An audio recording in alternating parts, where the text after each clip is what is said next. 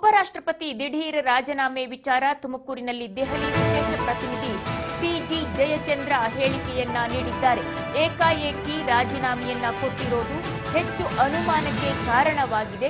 ಜಗದೀಪ್ ಧನ್ಕರ್ ಯಾವ ಕಾರಣಕ್ಕೆ ರಾಜೀನಾಮೆಯನ್ನ ಕೊಟ್ಟರೋ ಗೊತ್ತಿಲ್ಲ. ಇಂತಹ ವಿಚಾರ ಪಾರ್ಲಿಮೆಂಟ್ನಲ್ಲಿ ಚರ್ಚೆ ಆಗಬೇಕಾಗುತ್ತೆ. 1 ತಿಂಗಳು ನಡೆಯುವಂತಹ ಸಭೆಯಲ್ಲಿ ಇದು ಮುಖ್ಯ ವಿಚಾರ ಆಗುತ್ತೆ. ಉಪರಾಷ್ಟ್ರಪತಿ ಹುದ್ದೆ ಅದು ಸಾಮಾನ್ಯವಾದ ಹುದ್ದೆಯಲ್ಲ. ಎಲ್ಲೋ ಒಂದು ಕಡೆ ರಾಜಕೀಯ ಲೆಕ್ಕಾಚಾರ ಇರುತ್ತೆ. ಬಿಜೆಪಿ ಪಕ್ಷದ ವರಿಷ್ಠರೇ ಎಲ್ಲವನ್ನ ನಿರ್ಧಾರ ಮಾಡುವಂತದ್ದು. ತುಮಕೂರಿನಲ್ಲಿ ದೆಹಲಿ ವಿಶೇಷ ಪ್ರತಿನಿಧಿ ಟಿಜಿ ಜಯಚಂದ್ರ ಹೇಳಿಕೆಯನ್ನ ನೀಡಿದ್ದಾರೆ. ಯಾವ ಕಾರಣಕ್ಕೋಸ್ಕರ ಕೊಟ್ಟಿದ್ದಾರೆ ಅಂತಕ್ಕಂಥದ್ದು ಗೊತ್ತಾಗಿಲ್ಲ.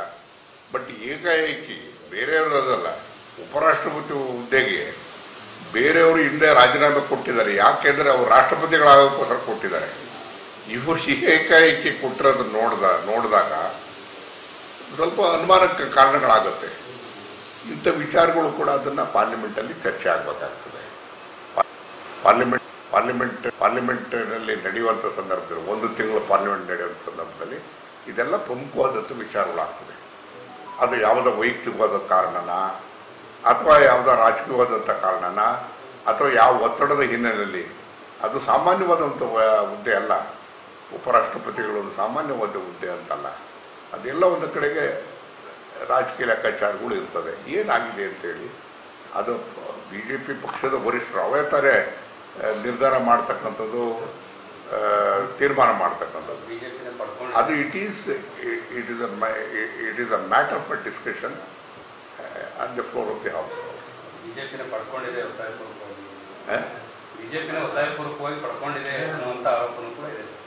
ಅಲ್ಲ, ಮೇಲ್ನೋಟಕ್ಕೆ ಆ ಥರ ಕಾಣ್ತಾ ಇದೆ.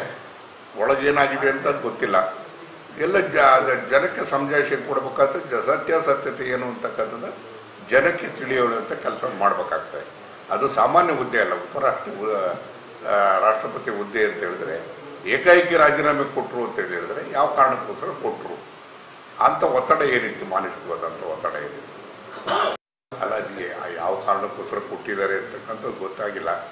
ಬಟ್ ಏಕಾಏಕಿ ಬೇರೆಯವರಲ್ಲ, ಉಪರಾಷ್ಟ್ರಪತಿ ಹುದ್ದೆಗೆ ಬೇರೆಯವರು ಹಿಂದೆ ರಾಜೀನಾಮೆ ಕೊಟ್ಟಿದ್ದಾರೆ. ಯಾಕೆಂದ್ರೆ ಅವರು ರಾಷ್ಟ್ರಪತಿಗಳಾಗೋಕ್ಕೋಸ್ಕರ ಕೊಟ್ಟಿದ್ದಾರೆ.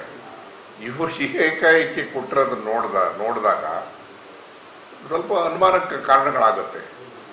ಇಂಥ ವಿಚಾರಗಳು ಕೂಡ ಅದನ್ನು ಪಾರ್ಲಿಮೆಂಟಲ್ಲಿ ಚರ್ಚೆ ಆಗಬೇಕಾಗ್ತದೆ. ಪಾರ್ಲಿಮೆಂಟ್ನಲ್ಲಿ ನಡೆಯುವಂಥ ಸಂದರ್ಭದಲ್ಲಿ 1 ತಿಂಗಳು ಪಾರ್ಲಿಮೆಂಟ್ ನಡೆಯುವಂಥ ಸಂದರ್ಭದಲ್ಲಿ ಇದೆಲ್ಲ ಪ್ರಮುಖವಾದಂಥ ವಿಚಾರಗಳಾಗ್ತದೆ. ಅದು ಯಾವುದೋ ವೈಯಕ್ತಿಕವಾದ ಕಾರಣನ ಅಥವಾ ಯಾವುದೋ ರಾಜಕೀಯವಾದಂಥ ಕಾರಣನ ಅಥವಾ ಯಾವ ಒತ್ತಡದ ಹಿನ್ನೆಲೆಯಲ್ಲಿ, ಅದು ಸಾಮಾನ್ಯವಾದಂಥ ಹುದ್ದೆ ಅಲ್ಲ. ಉಪರಾಷ್ಟ್ರಪತಿಗಳು ಒಂದು ಸಾಮಾನ್ಯವಾದ ಹುದ್ದೆ ಅಂತಲ್ಲ. ಅದೆಲ್ಲ ಒಂದು ಕಡೆಗೆ ರಾಜಕೀಯ ಲೆಕ್ಕಾಚಾರಗಳು ಇರ್ತದೆ. ಏನಾಗಿದೆ ಅಂತೇಳಿ ಅದು ಬಿಜೆಪಿ ಪಕ್ಷದ ವರಿಷ್ಠರು ಅವೇ ತಾರೆ ನಿರ್ಧಾರ ಮಾಡ್ತಕ್ಕಂಥದ್ದು, ತೀರ್ಮಾನ ಮಾಡ್ತಕ್ಕಂಥದ್ದು. ಅದು it is a matter for discussion on the floor of the house.